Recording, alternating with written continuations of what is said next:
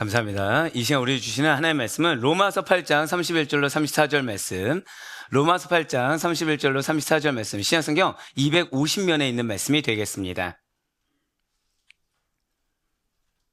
로마서 8장 31절로 34절까지의 말씀, 우리 한 절씩 교독하신 후에 마지막 34절 말씀은 한 목소리 합독하도록 하겠습니다.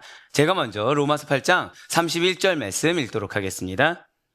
그런즉 이 일에 대하여 우리가 무슨 말하리요? 만일 하나님이 우리를 위하시면 누가 우리를 대적하리요?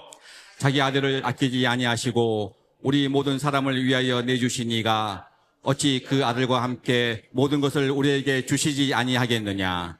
누가 능히 하나님께서 택하신 자들을 고발하리요? 의롭다 하신 이는 하나님이시니 누가 정죄하리요? 죽으실 뿐 아니라 다시 살아나신 이는 그리스도 예수시니 그는 하나님 우편에 계신 자요 우리를 위하여 간구하시는 자신이라. 아멘. 할렐루야. 네, 주께서 너무나도 잘하시는 우리 아데포교회 모든 성도들을 주님 안에 축복합니다. 은혜를 사모하십니까? 네, 그 마음으로 옆에 있는 분들 우리 이렇게 축복하시면 좋을 것 같아요. 하나님께서 당신을 너무나도 사랑하십니다.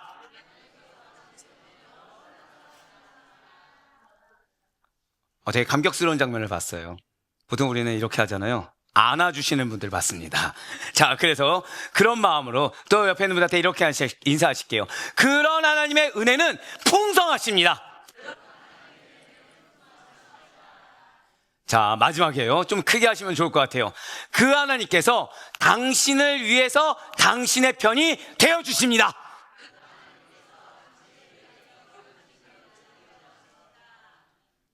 믿으십니까? 여러분들 정말 하나님이 여러분들을 위하심을 믿으십니까? 여러분들 편이 되어주신 것 같으세요? 점점 줄어드네요. 분명 하나님의 은혜는 풍성하십니다. 그 하나님께서는 그래서 그 은혜의 풍성을 가지고 우리 절대 고백하실까요? 나에게 말씀을 주십니다. 예, 맞아요.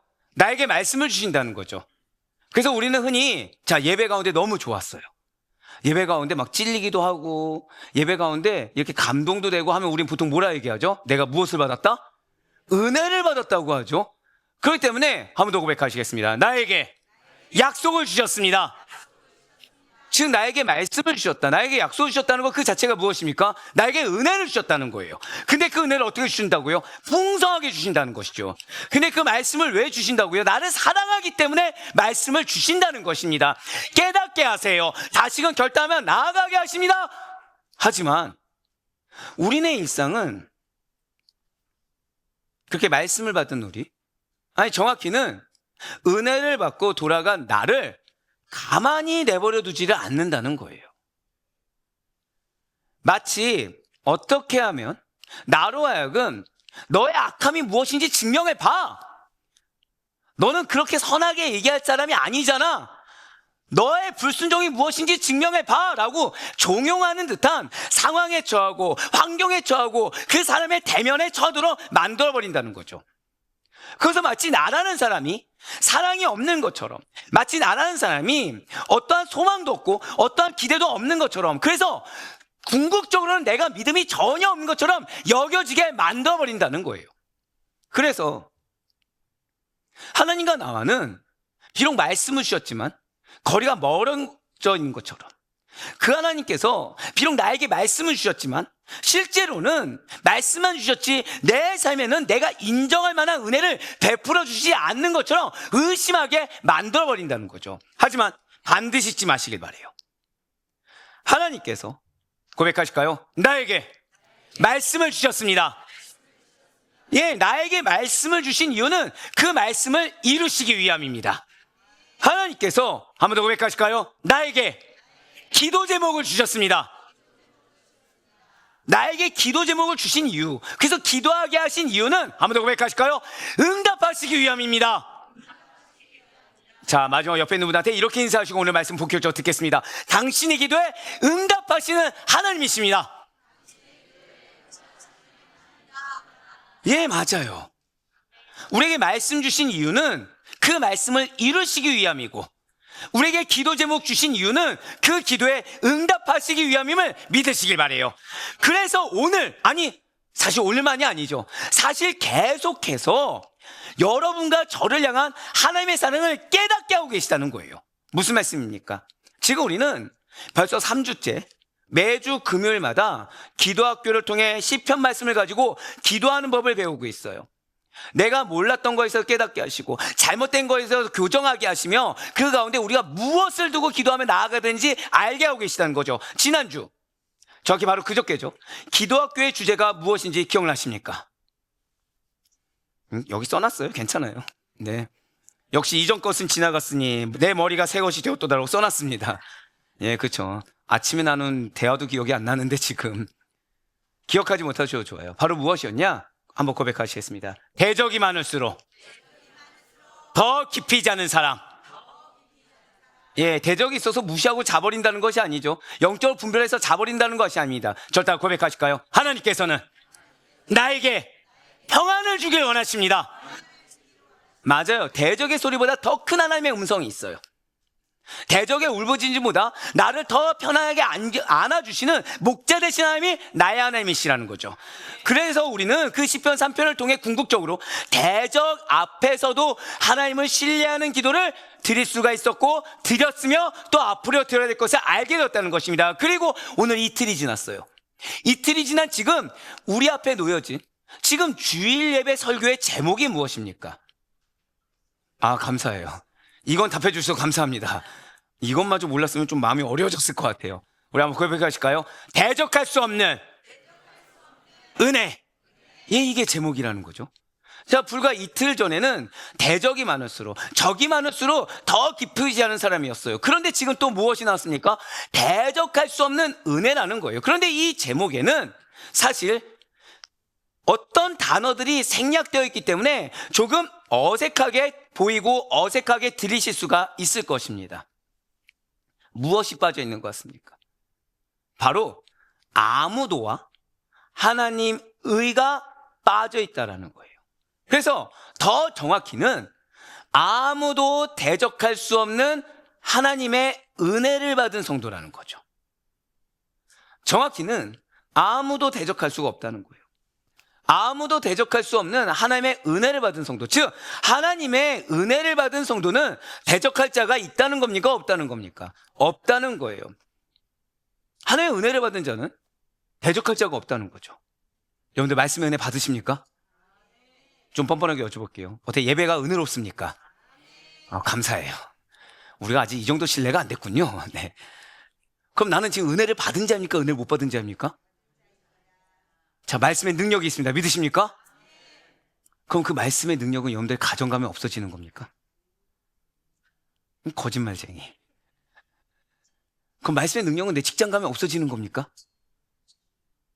예, 이게 정상이죠. 이제 주요가 나왔어요, 드디어. 그럼 말씀의 능력이라는 것은 나의 어떤 상황되고 누군가 앞에 있으면은 그 능력은 없어지는 겁니까? 아니요, 우리는 분명히 은혜를 받았어요. 근데 지금 은혜를 받은 자는 대적할 수가 아무도 없다는 거예요. 그래서 나는 대적자가 너무 많거든요. 나는 내 마음이 어려워질 만한 사람이 너무 많거든요. 그 상황이 있어요. 지금 아멘 아멘 하지만 대적한 순간 떠오르는 자도 있고 대적한 순간 떠오르는 상황도 있다는 거죠. 근데 오늘 말씀은 그렇지가 않다는 거예요. 하나님의 은혜를 받은 성도는 그 누구도 그 무엇도 대적할 수가 없다는 것입니다. 정확히는 이러한 대적할 수 없는 은혜 덕분에 성도는 정확히 여러분과 저는 최후 승리를 할 수가 있다는 것이죠. 분명한 사실은 이렇게 승리가 예비되어 있다고 하더라도 우리의 승리를 싫어하는 자들, 우리의 승리를 방해하는 대적들이 있는 것이 맞다라는 것입니다. 하지만 그럼에도 불구하고 하나님께서 택정하시고 부르시며 의롭다 하시고 영화롭게 하신 성도들을 끝내 구원하신다는 거예요. 끝내 승리하게 하신다는 것입니다. 이것이 여러분들의 삶의 실제가 되길 원하세요. 이것이 여러분들의 삶에, 아니 고백하실까요? 나의 마음에 먼저 실제가 되어야 합니다. 그래서 지난 금요철야 기도학교 이후에 많은 시간이 지난 후에야 이 말씀을 주신 것이 아니라, 정확히는 실패를 경험한 다음에 이 말씀을 주신 것이 아니라 바로 오늘 이 말씀을 허락해 주셨다는 거예요. 분명히 여러분들을 불러주셨습니다. 분명히 약속의 말씀을 주셨어요. 그럼에도 불구하고 분명히 은혜를 받았다고 하는데도 나의 가정, 나의 직장, 사회, 어떤 누군가 앞에 가면 나의 자리가 없는 것처럼 여겨지는 것입니다. 그런 우리에게 나의 자리가 위태한 것처럼 여겨지는 우리에게 평안하라고 확신을 주십니다. 분명히 나에게 약속을 주셨고 말씀을 주셔서 은혜를 받았음에도 불구하고 무언가 내 가정에서, 내 삶에서는 위치뿐만이 아니라 내 능력이 없는 것 같아요. 은혜도 없는 것 같아요. 돌파구도 없는 것 같아요. 해결책도 보이지 않는 것처럼 여겨지는 우리에게 한 번 더 고백하실까요? 나에게는 이미 축복을 허락하셨습니다. 그 사실을 체감하고 축복의 입술이 되라고 은혜를 주고 계시다는 거예요. 그래서 확신을 가지고, 결단을 가지고 나아가는 여러분과 저의 삶이 더 이상 대적들의 그 소리로 말미암아 흔들리거나 대적들의 공격으로 말미암아 도망치는 것이 아니라, 의심하면서 다시 돌아가고, 의심하면서 다시 나를 포장하고, 의심하면서 다시 예전의 삶으로 반복되는 것이 아니라 승리의 확신을 한 평안이 여러분과 저의 삶에 실제가 되길 원하심을 믿으시길 바랍니다. 말씀이 실제가 되어서 여러분을 끝나는 것이 아니에요. 고백하실까요? 나의 가정이 축복의 공동체입니다. 그렇게 되기를 원하신다는 거예요. 맞습니다. 사랑하는 우리 성도 여러분들, 오늘 우리는 로마서 16마의 복음의 틀에 그 26번째 시간에 한 번 더 고백하실까요? 대적할 수 없는 은혜. 그 대적할 수 없는 은혜라는 말씀의 제목을 통해서 가장 벅찬 승리의 확신을 우린 노래하게 될 거예요. 매번 하소연하고 매번 죽겠다가 아니고, 매번 염려하고 매번 걱정하는 소리가 아니라, 한숨이 아니라 승리의 확신이 여러분의 삶이 될 것을 믿으시길 바라요. 승리의 열매를 우린 노래하게 될 것입니다. 흔들림이 없는 확고한 믿음으로 무장되어 나아가 고백하실까요? 나의 삶은 열매가 예비되어 있습니다. 맞아요. 반드시 승리의 열매를 맺게 될 것을 믿으시길 바라요. 그러니 우리 성도님들 중에서, 이 자리에 계신 분들 중에서 단 한 명의 예외 없이 모두 다 여러분들의 삶이 이러한 승리의 노래로 전체될 수 있기를 간절히 축원합니다. 그 가운데 오늘 본문은 사실 매우 적나라하게 우리들의 일상적인 삶 가운데 처하게 되는 사단의 공격을, 사단의 질문을 보여주고 있어요. 그 누구도 이 사단의 공격에서 자유롭지 않음을 증명해주고 있다는 거죠. 사단이 성도의 구원을 흔들기 위해 던지는, 정확히는, 죄송합니다, 한 번 더 고백하실까요? 나에게는 이미 성취된 약속이 있습니다. 그거를 뒤흔들고자 하는, 이미 성취되어서 내 걸로 해야 되는데 내 것을 스스로 포기하게 만들어버리는 세 가지 치명적인 질문을 던지고 있다는 거예요. 무엇입니까? 내 배후에 누가 있느냐? 라고 하면서 이 구원과 여러분들이 주신 그 말씀의 뒷배경을 의심케 한다는 것이죠. 두 번째로, 너에게 그럴 힘이나 있느냐, 그럴 능력이나 있느냐 라면서 승리할 어떠한 자원과 능력의 유무에 대해서, 아니 정확히는 여러분들이 뭔가 공략해 볼 만하려고 생각을 하는데, 그래 한번 도전해 봐야겠다라고 하는데 틈이 보이지 않는다는 거죠.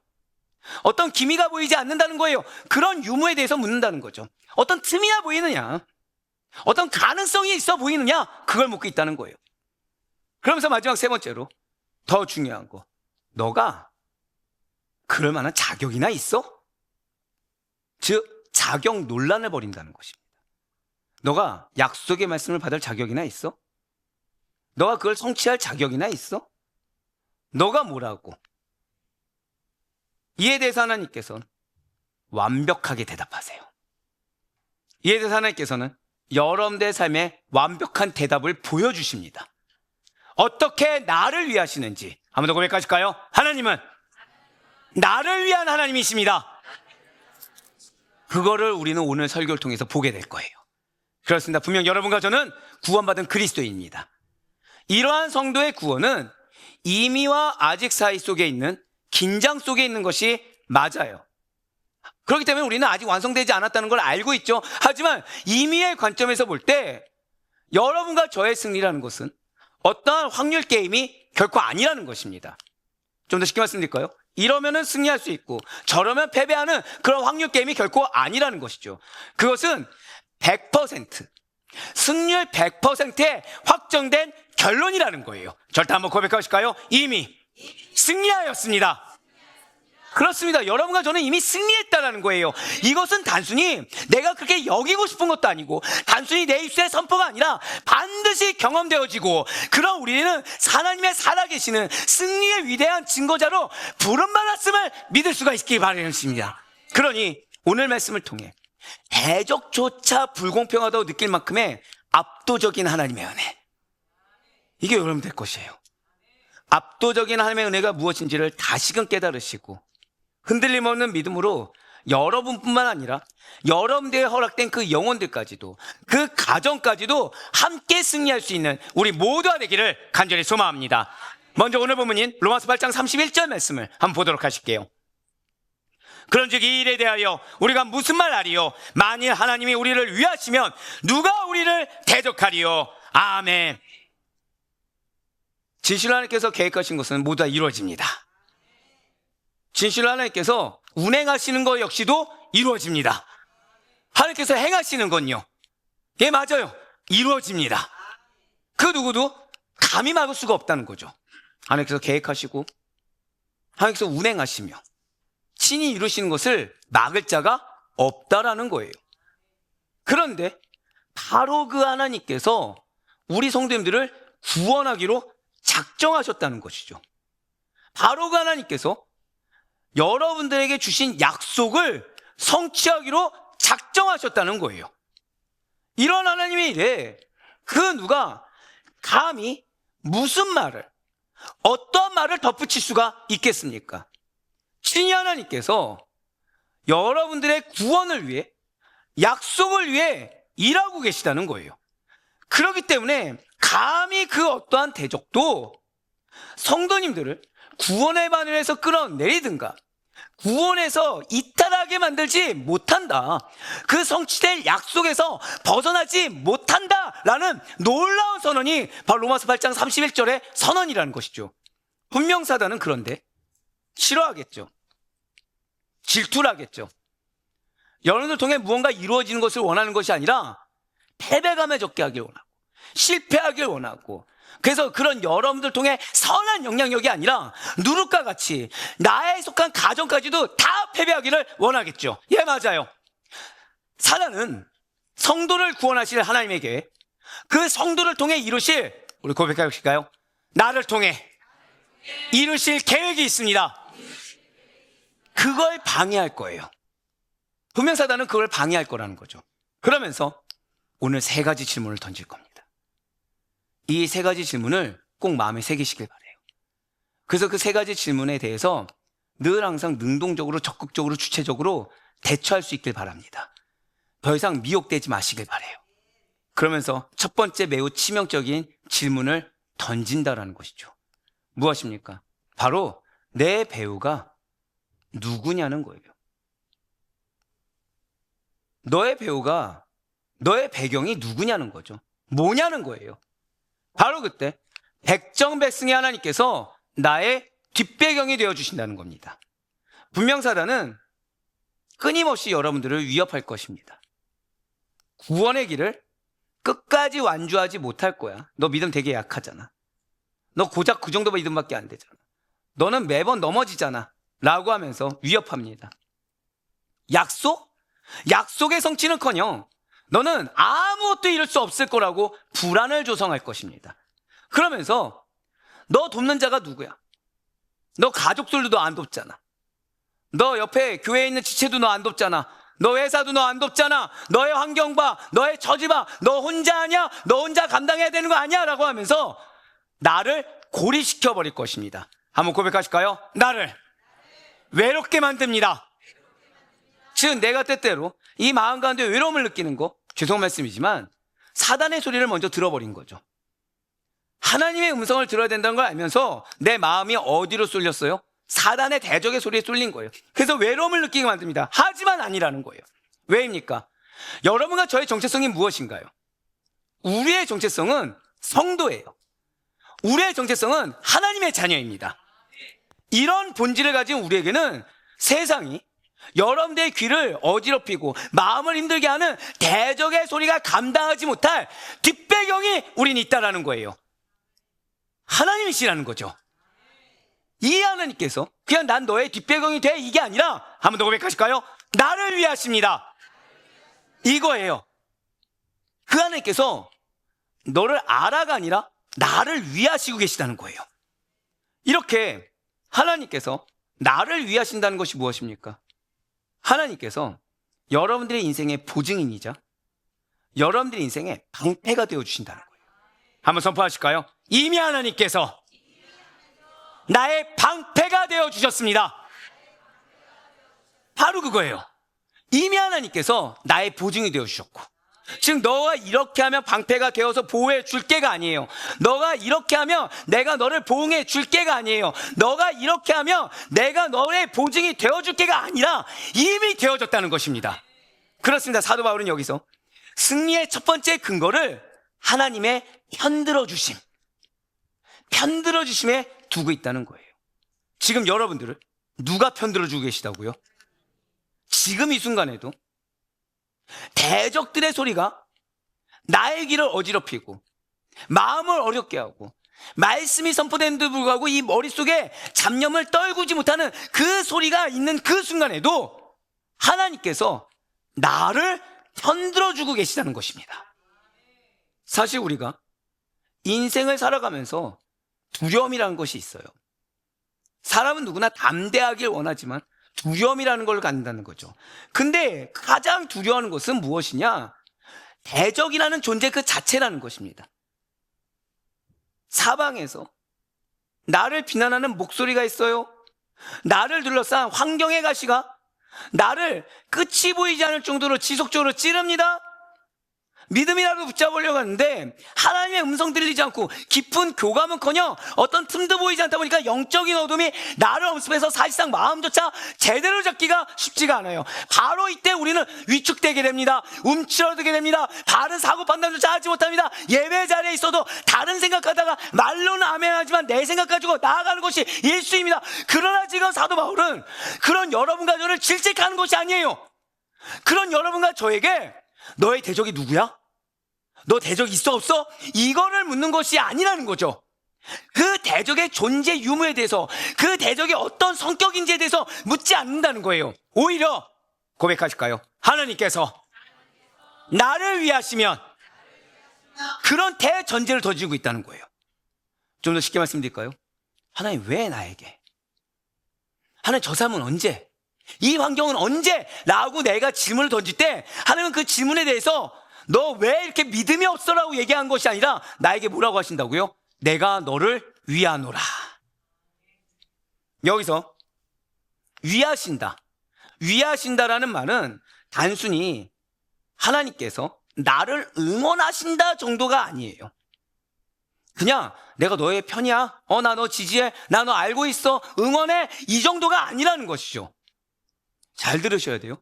이것은 온 우주의 통치자께서 당신의 그 모든 명예와 능력과 권세를 걸고 나와 여러분의, 한번 고백하실까요? 나와 운명 공동체가 되어주셨습니다. 그렇습니다. 그런 언약적 선언이라는 거예요. 한번 더 고백하실까요? 나의 가정은 하나님과의 운명 공동체입니다. 바로 그거예요. 누가 믿냐 안 믿냐가 중요하지 않아요. 누굴 통해 말씀을 주셨죠? 나를 통해 말씀을 주셨거든요. 나에게 약속의 말씀을 주셨거든요. 그런 나의 믿음을 통해 운명 공동체가 되어주셨다고 약속의 선언, 언약적 선언을 내려주셨다는 것입니다. 이렇게 하나님께서 내 편이 되셨다는 사실은 나를 둘러싼 그 대적의 숫자가 아무리 많다고 하더라도, 즉 내가 체감하는 그 무게감이라든지 그 상실감이라든지 그 억압이 나를 짓눌러서 숨 쉴 수조차 없다고 하더라도 그들의 힘이라는 것은 결국 유한함에 갇혀 있음을 의미한다라는 것이죠. 무한하신 하나님께서, 유한한 것이 아니라 무한하신 하나님께서 나를 위해 굳건하게 서 계시는데 피조물에 불과한 대적이 어떻게 그 결말을 바꿀 수가 있겠습니까? 아무리 내 귀를 어지럽히는 소리가 들린다고 해도 그 소리가 나의 결과를 바꿀 수가 없다는 거예요. 분명 성경은 우리에게 이렇게 확증하여 선언하고 있습니다. 신명기 33장 29절의 말씀과 요한복음 10장 28절로 29절의 말씀 보시길 바라요. 이스라엘이여, 너는 행복한 사람이로다. 여호와의 구원을 너같이 얻은 백성이 누구냐? 그는 너를 돕는 방패시요 내 영광의 칼이시로다. 내 대적이 내게 복종하리니 내가 그들의 높은 곳을 밟으리로다. 내가 그들에게 영생을 주노니 영원히 멸망하지 아니할 것이요 또 그들을 내 손에서 빼앗을 자가 없느니라. 그들을 주신 내 아버지는 만물보다 크심에 아무도 아버지 손에서 빼앗을 수 없느니라. 아멘. 나를 향한 말씀인 줄 믿으시기 바라요. 세상의 싸움은요, 대적의 수와 그 대적이 가진 어떠함에 따라 승패가 갈립니다. 즉 얼마나 많이 가졌고 얼마나 뛰어난지에 따라서 달라진다는 것이죠. 하지만 잊지 마세요. 하나님의 전쟁은 다릅니다. 대적이 얼마나 고질적인지. 그러니까 그 대적이 고집이 너무 센 거죠. 근데 오랜 세월 고집이 셌던 거예요. 그리고 얼마나 세력이 큰지 전혀 중요하지 않다는 거예요. 그 대적이 너무나 오래되다 보니까 내가 아예 기대조차 못할 정도인지, 그 대적이 너무나도 많고 너무나도 내가 감히 어떻게 해결책을 찾을 수 없을 정도로 하나의 틈조차 보이지 않을 정도로 사방에 우겨쌀 정도의 무게와 질량이 어마어마하다고 해서 자연스레 포기할 수밖에 없는지가 중요하지가 않다라는 것이죠. 왜입니까?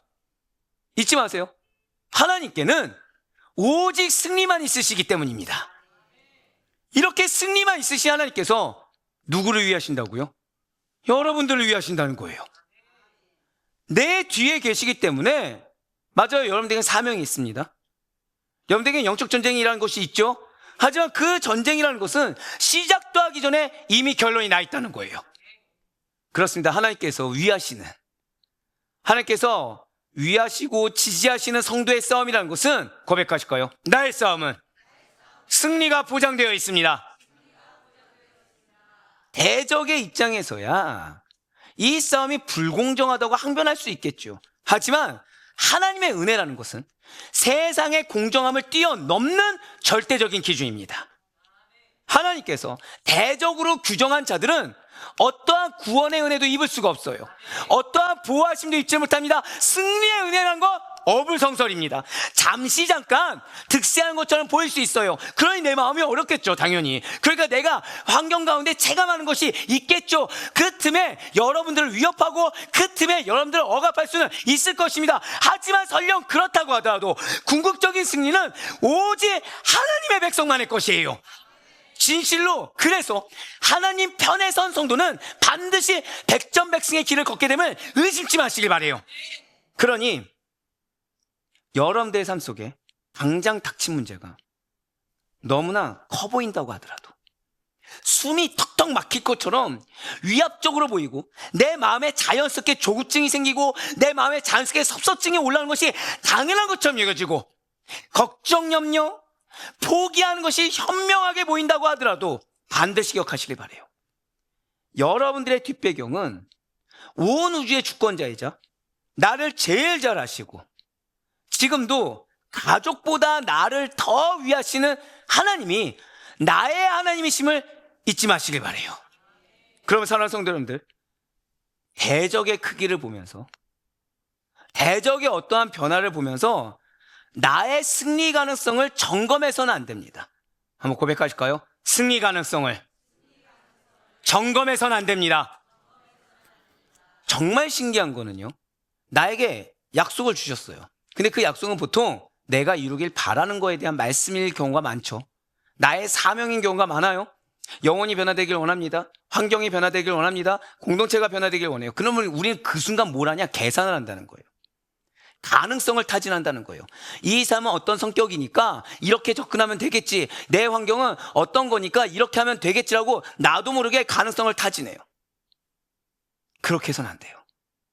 이미 가능성을 타진하고 계산한 순간 하나님이 우리에게 요구하시는 거를 다시 원론부터 회복해야 되는 숙제가 주어지게 됩니다. 대적이 많으면 많을수록 여러분과 저는 다윗과 같이 더욱 깊이, 더욱 고나게, 더욱 편안하게 누워서 잠들 수가 있어요. 왜냐하면 여러분과 저의 승리는 대적의 약해짐에서 오는 것이 아닙니다. 여러분과 저의 승리는 대적의 어떠한 긍정적인, 내 입장에서의 긍정적인 변화에서 오는 것이 아닙니다. 여러분과 저의 승리는 나를 위하시는 하나님의 강함에서 온다는 사실을 잊지 마시길 바라요. 여러분들, 기도의 능력이 있습니다. 근데 그 기도의 능력은 죄송하지만 이미 말씀드렸잖아요. 내가 기도를 얼마나 오래 했냐, 내가 얼마나 목이 터져라 부르짖었냐, 내가 얼마나 이전과 다른 기도를 시도해봤냐, 물론 중요할 수 있겠죠. 근데 거기 있지 않습니다. 기도의 능력은 내가 얼마나 하나님을 더 크게 보는가, 얼마나 내가 하나님의 강함을 인정하고 그거를 붙드는가에 있는 것이지 내 계산과 가능성이 있는 것이 아니라는 거예요.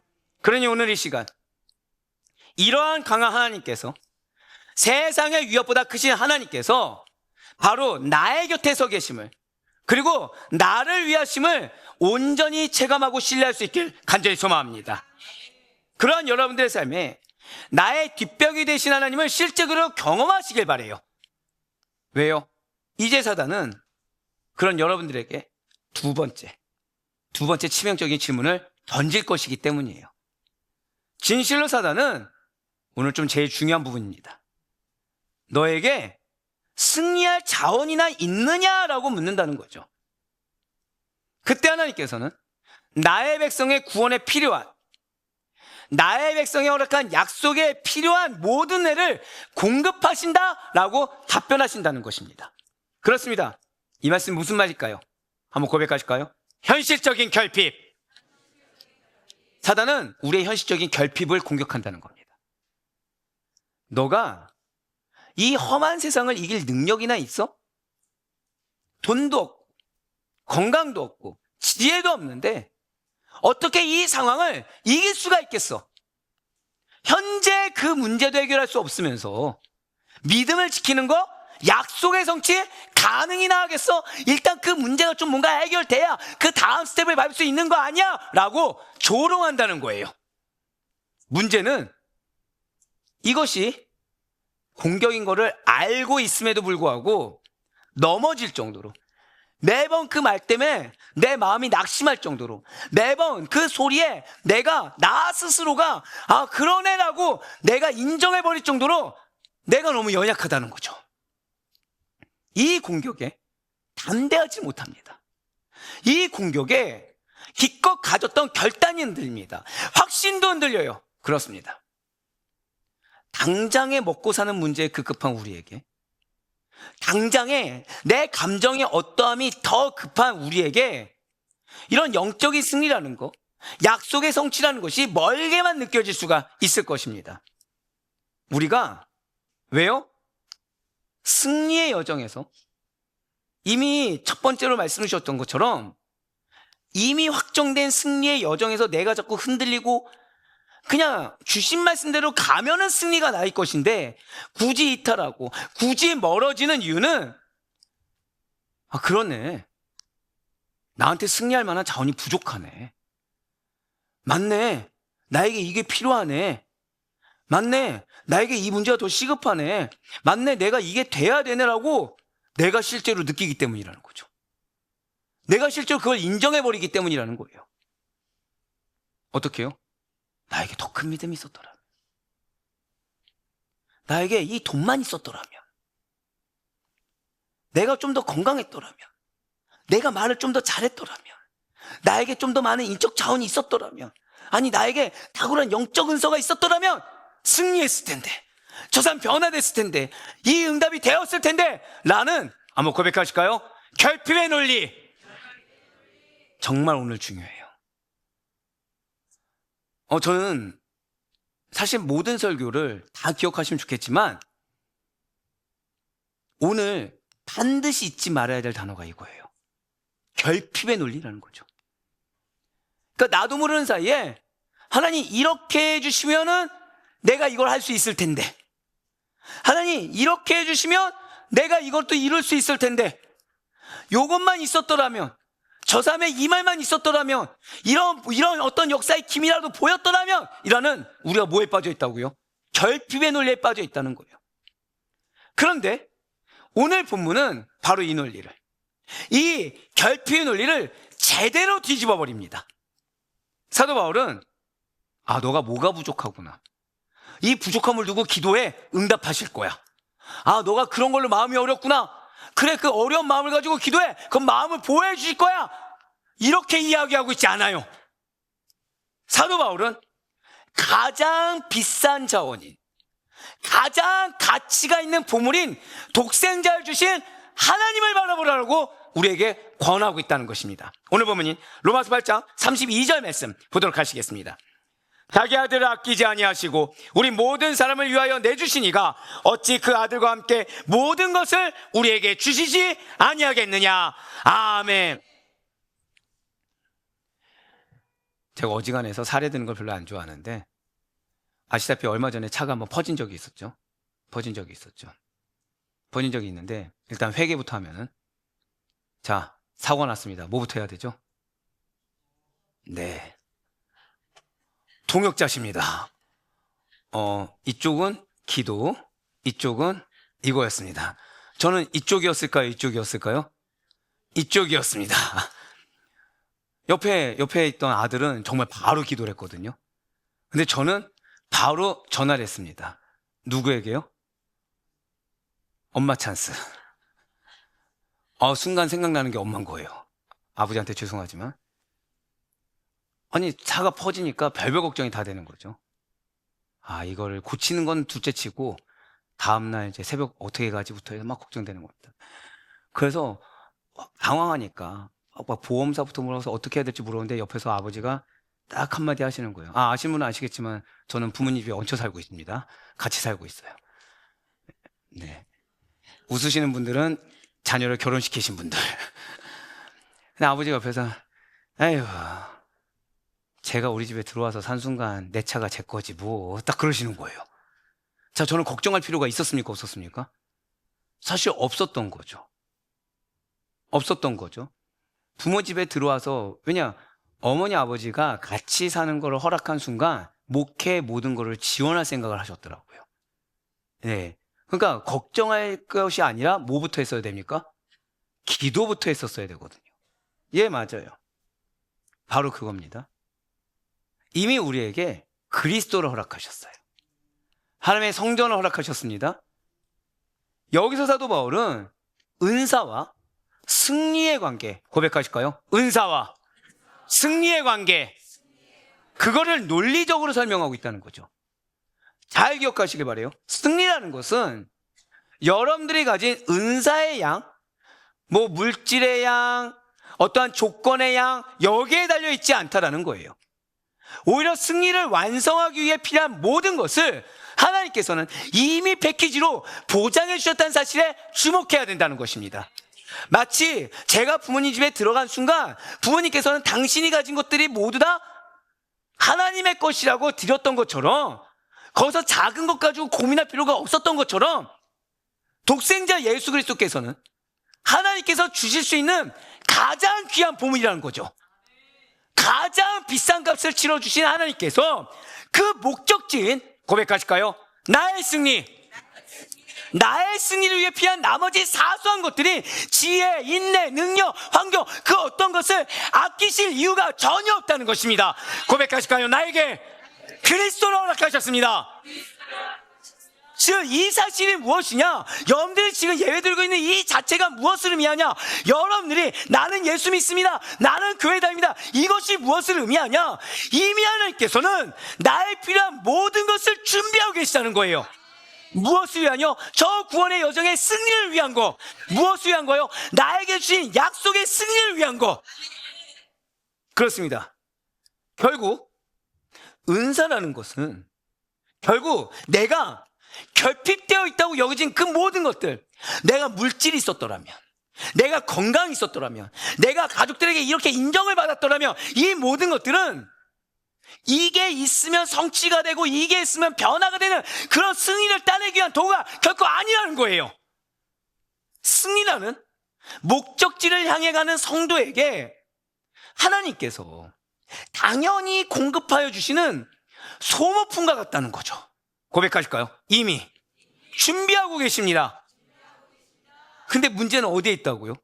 문제는 나의 뒷배경 대신 하나님을 먼저 보지 않고 저처럼 세상의 것, 인간의 것에 매여있는 우리의 연약함이 일단 문제죠.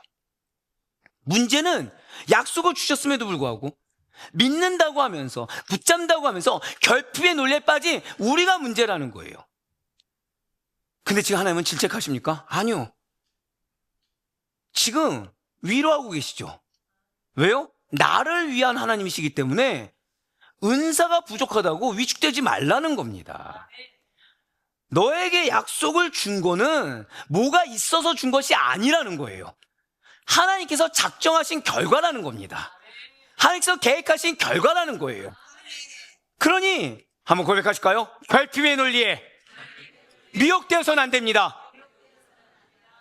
진실로 하나님께서는 여러분과 저를 승리하게 하시기 위해 독생자를 내어주셨어요. 그 독생자를 내어주신 분께서 나의 인생에 필요한 가장 적절한 것들을, 나의 그 약속의 성취에 필요한 가장 중요한 것들을 가장 알맞은 때, 선하고 합당한 그때 반드시 채워주실 것을 믿으시길 바랍니다.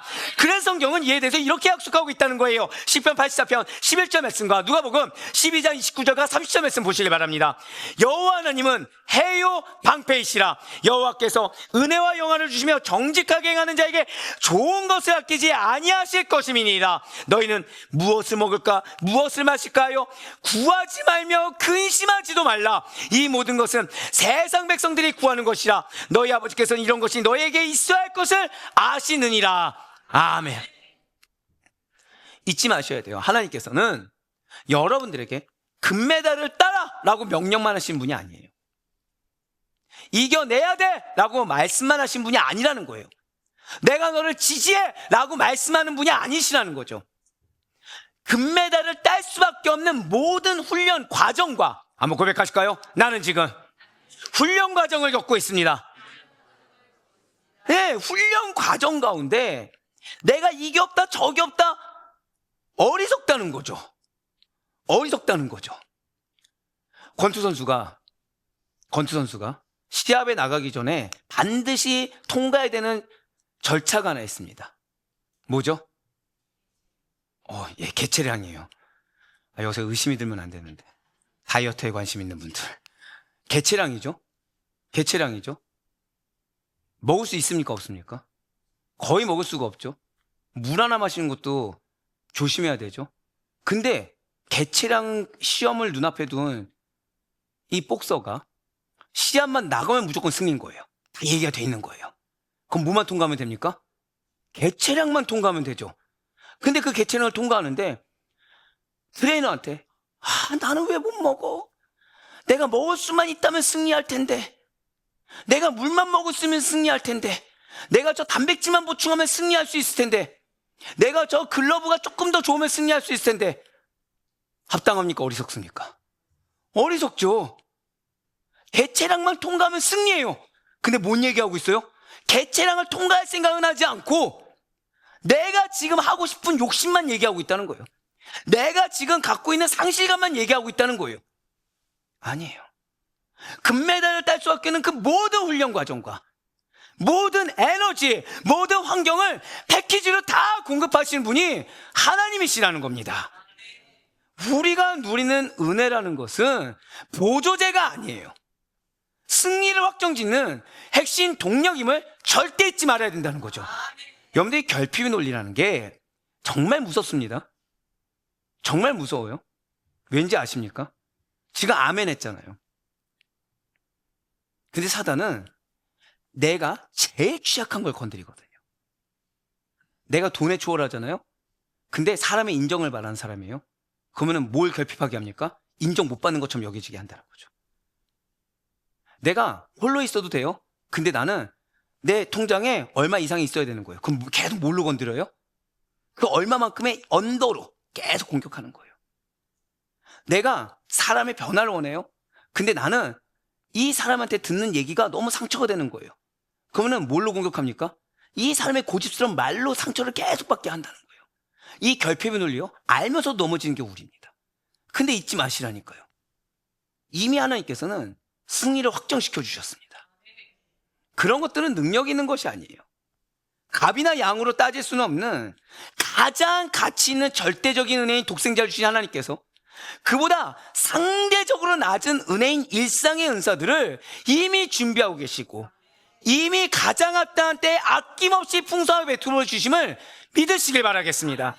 그렇습니다. 먹고 사는 일의 분주함 속에서도 우리가 무너지지 않는 이유는, 우리가 먼저 포기하지 않는 이유는, 우리가 그 결핍의 논리에 내 마음이 내어 맡겼어도 말 한마디 안 할 수 있는 이유는 하나님께서 우리들의 구원의 여정에 필요한 모든 것들을, 여러분들의 약속의 성취를 위한 그 모든 것들을 아들과 함께, 자, 누구와 함께요? 고백하시겠습니다. 아들과 함께 공급하고 계십니다. 맞아요. 그러니 여러분들의 상처를 계산하지 마세요. 여러분들의 결핍을 계산하지 마세요. 여러분들의 자원을 계산하지 마세요. 결핍의 논리에 나를 빠뜨려 놓고서 나를 포장하고 나를 위한다고 또 다른 죄를 짓지 마세요. 지금 이 순간도 하나의 창고는 결코 마르지 않음을, 그리고 그 창고를 고백하실까요? 나를 위해. 맞아요. 굳건한 믿음의 나를 위해 이미 열어놓으셨음을 잊지 마시길 바랍니다. 그러니 이제 사단은 여기까지 알고 있으니 마지막으로는 더욱 치명적인 질문을 우리에게 던져버립니다. 그렇습니다. 사단은 성도들에게 너가 자격이나 있느냐? 너가 구원받을 만한 자격이나 있느냐? 너가 약속을 받을 자격이나 있느냐? 너가 영생을 가질 만한 자격이 있냐? 약속의 성취는커녕 아예 받을 자격도 없잖아! 라고 질문을 던진다는 거예요. 지금 뭐죠? 사단은 여러분과 저의 죄를 걸고 넘어지는 겁니다. 죄를 걸고 넘어져요. 분명 사단은 우리의 넘어진 모습, 우리의 내면의 죄, 그리고 반복되어지는 연약함을 붙들 거예요. 그러면서 너가 그러고도 천국에 갈 자격이 있어? 너가 그러고도 그 사명을 완수할 자격이 있어? 너가 그러고도 약속을 받거나 성취할 자격이 있어? 라고 송사한다는 것입니다. 이 정죄함이 사실상 우리의 영혼을 갉아먹고 삶의 의욕을 꺾어버린다는 거죠. 좀 더 쉽게 표현할까요? 여러분들 가족의 변화를 원하는 거예요. 영혼의 변화를 원하는 거예요. 믿음을 기도했습니다. 딱 나아갔어요. 자, 그 영혼이 변화됐습니까? 안 됐습니까? 아, 다 되셨나요? 뭐 이렇게 정직하지 못하게 가만히 계십니까? 예, 결단으로 딱 갔더니 변화됐습니까? 안 됐습니까? 예, 안 됐어요. 문제 여기서부터 시작됩니다. 문제 여기서부터 시작돼요. 딱 안 된 순간 의욕이 꺾어버리는 거예요. 의욕이 꺾이는 겁니다. 왜요? 나도 모르게 어떤 마음이 들죠? 그 영혼의 변화되지 않은 모습 보고서 와, 사랑스럽다. 막 기대가 된다. 이 모습이 어떻게 변화될까? 이게 아니라 또 나에게 상처를 줬어. 역시 저 사람은 그래. 라고 하면서 나도 모르게 어떤 생각이 들었어요? 죄악된 생각이 딱 드는 거예요. 또는 그 모습 보고서 그렇지 하고서 딱 마음을 닫아버리는 겁니다. 포기해버리는 거죠. 이거 누가 제일 잘 알죠? 내가 제일 잘하는 거예요. 그래서 뭐가 꺾인다고요? 고백하실게요. 의욕이 꺾입니다. 의욕이 꺾이는 게 뭐라고요? 지금 사단의 질문 3번째에 내가 넘어갔다는 증거입니다. 그 사람 문제가 아니라 여쭤볼게요. 하나님의 말씀이 능력이 있습니까? 그 사람의 상태가 능력이 있습니까? 믿음이 없으시군요. 말씀이 능력이 있다는 걸 알면서도 나에게 실제적으로 능력 있게 다가오는 건 뭐예요? 그 사람의 변하지 않는 상태. 딱 그 모습 보고 내가 단정 짓는 거예요. 그러면서 나도 모르게 의욕이 꺾이는 거죠. 바로 이때 내 삶의 의욕조차 꺾이고 내 영혼까지도 낙심해져 있는 이때 한번 고백하실까요? 예수님께서 나를 위해 변호하고 계십니다. 예수님의 변호가 나를 위해 존재하는 거예요. 그래서 그 모든 송사와 모든 정죄를 다 잠재워 버린다는 거죠. 맞습니다. 내가 삶의 의욕이, 내가 그 결단의 의욕이 꺾여서 다시 그걸 생각조차 하기 싫고 내 마음을 닫아버린 그 순간, 꺾이지 않았다고 하지만 이미 낙심된 그 순간, 또다시 염려로 내 마음을 가득 채운 그 순간, 하나님의 독생자 예수 그리스도께서는 우리의 최고 변호인으로 등판하신다는 거예요. 그러면서 아니야, 너 괜찮아, 너 문제 아니야, 내가 너를 위해 존재해 줄게. 즉 재판장이신 하나님께서 무죄를 선언하셨는데, 재판장이 하나님께서 그 약속의 성취를 약속해 주셨는데 누가 감히 토를 달 수가 있겠습니까? 나를 위해 죽으시고 다시 살아나신 예수님께서 나를 위해 영원한 중보가 되어주시는데 누가 감히 송사하고 누가 감히 나를 정죄한단 말입니까? 오늘 보면 로마서 8장 33절과 34절 말씀 보시길 바라요. 누가 능히 하나님께서 택하신 자들을 고발하리요? 의롭다 하신 이는 하나님이시니 누가 정죄하리요? 죽으실 뿐 아니라 다시 살아나시는 그리스도 예수시니 그는 하나님 우편에 계신 자요 우리를 위하여 간구하시는 자신이라. 아멘. 지금 사도 바울은 매우 강력하게 선언하고 있어요. 최종 판결을 내리는 재판장이 이미 너는 의로와, 이미 너는 약속을 받은 자야, 이미 너는 승리하는 자야고 판결을 내렸다고 한다면 그 누구의 고발도 법적 효력을 가질 수가 없다는 것입니다. 그렇습니다. 우리들의 구원의 최종 승리라는 것은, 약속의 성취라는 것은 이 땅에서의 착하고 좋은 일을 많이 해서 누리게 되는 거, 내가 많이 인내했기 때문에 누리게 되는 거, 내가 그래도 남들보다 좀 더 기도를 했기 때문에 누리는 결과가 아니라는 거예요. 솔직하게 한번 고백해 봅시다. 2주 전에 우리는 은혜를 받았어요. 2명 받았군요. 그쵸. 지금 금요철에 제목도 생각이 안 나는데 2주 전 말씀이 어떻게 생각이 납니까? 자, 2주 전에, 아니요, 속아줄게요. 성령이 말할 수 없는 탄식으로 나를 위해 간구한 거에서 은혜를 받았어요. 뻔뻔들에. 자, 그러면 여러분들 지난 2주 동안 마음이 어려울 때마다 성령님이 나를 위해 간구하고 계시지 생각하셨습니까? 안 하셨습니까? 왠지 거짓말 같은데. 이런 의심이 들 때, 이런 삶에 대한 의심이 들 때 누가 나를 변호하고 계시다고요? 예수님께서 변호하고 계시다는 거예요. 지금 우리는 기억조차 못하고 있었는데, 우리는 기억했다고 하지만 사실은 굳건히 붙들지 못했을 수 있는 그 순간에도 예수님은 나를 위해 계속 변화하고 계시다.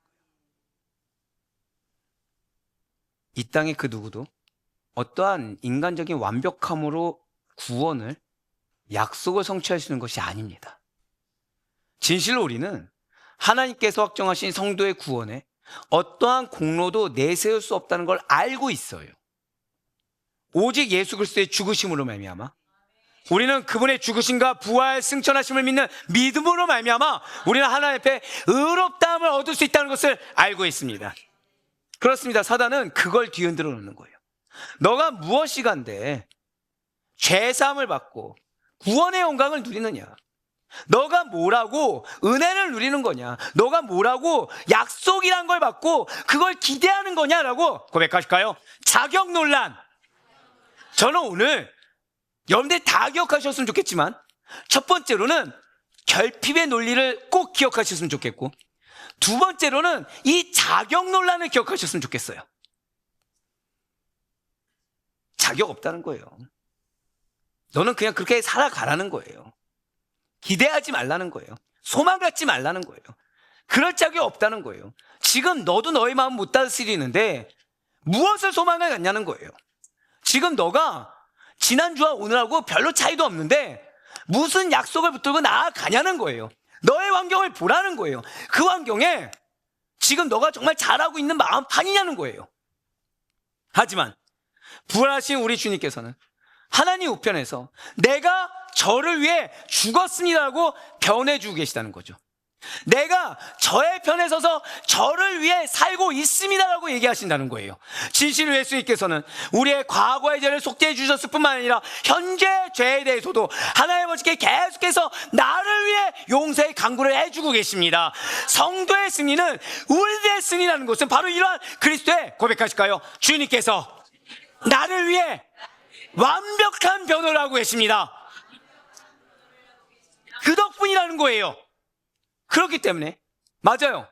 우리가 은혜를 받았다고 하면서도 또다시 넘어져서 죄를 지었을지라도, 우리가 은혜를 받았음에도 불구하고 그 순간의 감정을 또 못 이겨서 또다시 내 언행으로 죄를 범했다고 하더라도, 또 연약해져서 내가 믿지 않고 요동치고 나를 보호하기 위해서 그냥 포기했다고 하더라도, 또 의심하고 고집을 부렸다고 하더라도 우리에게는 지금 즉시 회개하여 돌아올 수 있는 중보의 은혜가 있음을 기억하시길 바라요.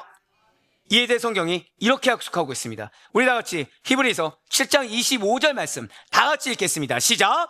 그러므로 자기를 힘입어 하나님께 나아가는 자들을 온전히 구원하실 수 있으니 이는 그가 항상 살아계셔서 그들을 위하여 간구하심이라. 아멘.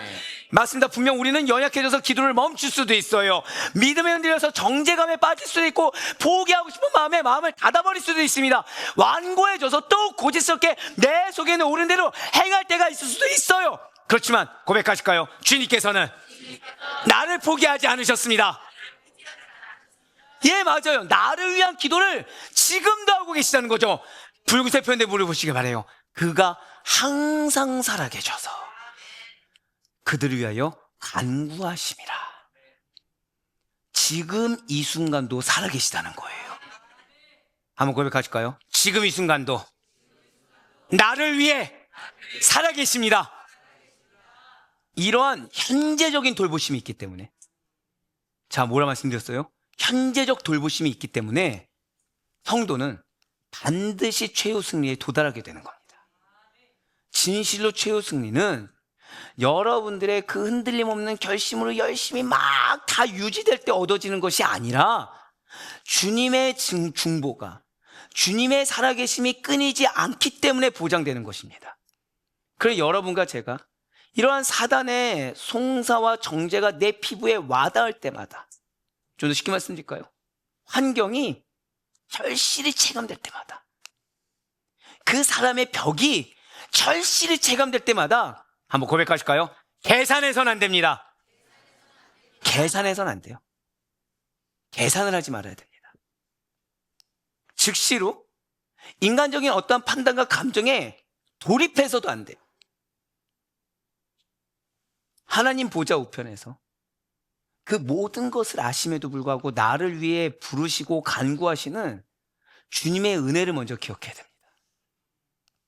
그 현재적 돌보심을 신뢰함으로 경험하여 이전과는 다른 확신과 평안 가운데 구할 수 있는 우리 모두가 되기를 간절히 소망합니다. 사로 아데포의 성도 여러분들, 이제 말씀을 맺겠습니다. 어쩌면 하나님께서 이렇게나 지금 간절히 약속해 주셨음에도 불구하고, 아니 대적의 방해나 정죄가 나와 무슨 상관입니까? 난 그딴 거 잘 모르겠고, 나는 지금 당장 코앞에 닥친 문제가 더 큽니다. 나는 지금 당장 나한테 체감적으로 다가온 상실감이 너무 크고 내 마음을 어지럽히는 문제 해결이 더 중요합니다 라고 생각될 수도 있어요. 그러나 기억하시길 바라요. 우리들이 겪고 있는 경제적인 위기, 가족 간의 관계의 갈등, 사람 간의 어려움, 미래에 대한 불안이라는 것은 단순한 삶의 문제, 시급한 현실의 문제, 나의 고질적인 문제가 아니라는 거예요. 바로 우리의 구원의 확신, 바로 우리의 승리의 확신을 뺏으려는 대적의 치밀한 전략인 줄 반드시 분별하시길 바라요. 사단은 먹고 사는 문제, 인간적인 문제를 도구 삼아서 하나님 너를 돌보지 않아. 뭐라 말씀드렸어요? 돌본다는 걸 알고 있지만 믿어지지 않게 만들어요. 돌본다는 건 머리로 알고 있지만 나하고 거리가 먼 문제처럼 느껴지게 해요. 돌본다는 건 알지만 사실상 마음 한켠에서는 하나님은 이 성경 말씀대로 그렇게 살아 역사를 나한테 하진 않아 라고 여기게 만들어요. 기도를 하죠. 근데 기도의 응답을 내가 정해놓게 하는 거예요. 죄책감을 도구 삼아서 너도 자격이 없어 라고 얘기해요. 너 이런 잘못 저지른 거 맞잖아.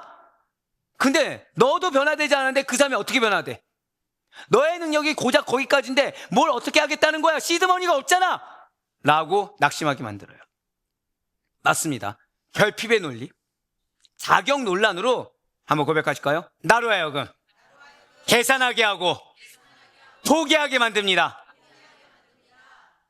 계산하게 하고 포기하게 만든 사단의 전략에 넘어간 사람들이 나오는 언행은 칼날 같습니다. 서러움입니다. 조급함입니다. 억울함입니다. 하지만 오늘 로마서 8장 말씀은 매우 확고하게 선포하고 있어요. 성도의 구원은, 성도의 약속의 성취는 단순히 이길 수도 있다 하는 게임이 아니라 이미 면류관이 확정된 승률 100%의 행진임을 믿으시길 바랍니다. 비록 현실에서 넘어지고 때로는 죄에 패배하는 것처럼 보인다고 하더라도 그것들이 한번 더 고백하실까요? 하나님께서 나에게 약속해 주셨습니다. 그 약속된 결말을 바꿀 수 없는 것을 제발 잊지 말라는 거예요. 제발 잊지 말라는 거예요. 지금 제가 항상 드리는 말씀 있죠. 남도 믿고 기도하는데 왜 당사자가 기도하지 않습니까? 남도 확신 갖고 기도하는데 왜 본인의 기도에 힘이 없습니까? 라는 말을 하죠. 그럼 저한테 뭐라고 하신지 아십니까? 목사님은 그 상황을 체감하지 못해서입니다. 저 수십 말씀 드릴 거예요. 상황을 체감하지 않는 자가 간절하게 기도할 이유가 있습니까? 없습니까? 없죠. 내가 체감하지 않았는데 내가 그 체감하지 않는 상황 가지고 간절하게 기도할 이유가 있어요? 없어요? 없죠. 근데 기도를 하죠. 왜 하죠? 확신이 있으니까. 2명만 믿었군요. 확신이 있으니까. 그럼 거꾸로 얘기하면 남도 나의 기도 제목에 대한 확신을 갖고 있는데 나는 갖지 못합니다. 누구 문제죠? 둘 중에 하나겠죠. 죄송합니다. 제가 미친놈이든가 아니면 그분이 믿음이 없든가. 근데 시급한 건 누구예요? 나. 그럼 여기서 답은 점점 더 추격되죠. 그럼 하나님은 지금 내가 시급하다고 여기는 겁니까? 아직 내가 여유 있다고 여기는 겁니까? 여유 있다고 여기는 거죠. 갑자기 여기서 시급함이 왜 나옵니까? 그래서 기도학교 시작했을 때 말씀드렸잖아요. 여러분들 가족 사랑하십니까? 몇 분 기도하세요? 누군가는 사랑이 5분짜리고 누군가는 사랑이 1분도 안 될 거고. 그러면요, 고치고자 해서 도전적인 말은 얼마나 하십니까? 잔소리는 얼마나 하십니까? 잊지 마시라니까요. 기도로 길을 들이는 거지 말로 변화시키는 게 아니에요. 내가 정말 승리하기 원하면 내가 믿지 않는데 뭐를 통해 역사하겠습니까? 내가 정말 승리하기를 원한다고 한다면 내가 믿고 가야 되는 거지. 좀 더 쉽게 말씀드릴까요? 여러분들의 자녀가 자신의 실력에 대해서 확신이 없는 거예요. 대입을 봐야 되는데 확신이 없는 겁니다. 그래서 계속 뭐라 얘기하는 거예요? 엄마가 옆에서 있어줘. 그럼 나는 실력 발휘할 수 있을 것 같아. 그러면 수능에 어떻게 엄마 같이 들어갈 수 있습니까? 없습니까? 우리가 그런 것 같다니까요. 하나님, 이 돈 주면 제가 믿을게요. 하나님, 저 사람이 이렇게 변화된 걸 보여주면 믿을게요. 안 돼요. 그런데 지금 주님은 여러분들을 탓한 게 아니라 뭘 말씀하세요? 제발 확신 좀 가지라는 거예요. 제발 확신 좀 가지라는 거예요. 이미 준비해놨으니까. 설령 넘어진다고 하더라도 주님의 중보로 다시 일어서면 된다라는 것입니다. 설령 어쩔 수 없이 죄를 지었다고 하더라도 모른 척 넘어가거나 포장하지 말고 회개함으로, 한번 더 고백하실까요? 나를 위해 지금도 살아계셔서 변호해 주고 계십니다. 그 주님의 도움을 받으면 된다는 거예요. 바로 지금 믿고 일어서서 담대히 전진하면 된다는 것입니다. 이미 여러분들을 위한 승리는 결정되었음을 믿으시길 바랍니다. 그래, 바라올 건 없기는 이번 한 주, 아니 사실 더 중요한 의미가 있죠. 곧 우리에게 다가올 2026년을 기점으로 해서 먹고 사는 그 모든 문제 속에서, 나를 짓누르는 모든 고통 속에서 내가 해결되길 원한다고 하지만 내 마음 한켠에 상처를 두고서 오히려 이 상처가 나의 의가 되어서, 나의 상이 되어서 버리지 않고 있는 그런 나의 어떠한 죄악에서 나를 위하신 하나님, 나를 위해 간구하시는 예수님을 기억하시사 확정된 승리자답게 마저 저다 선포하실게요. 나에게는 이미 승리의 열매가 예비되었습니다. 그 승리의 열매를, 예비된 열매를 포기하는 안타까운 자들이 아니라 이 광명이기 2026년에 모두 다 그 열매의 증거자가 되기를, 그런 주님의 말을 오롯이 새겨 확정된 자로 안심하며 살아갈 수 있는 우리 모두가 되기를 주님의 이름으로 간절히 축원합니다.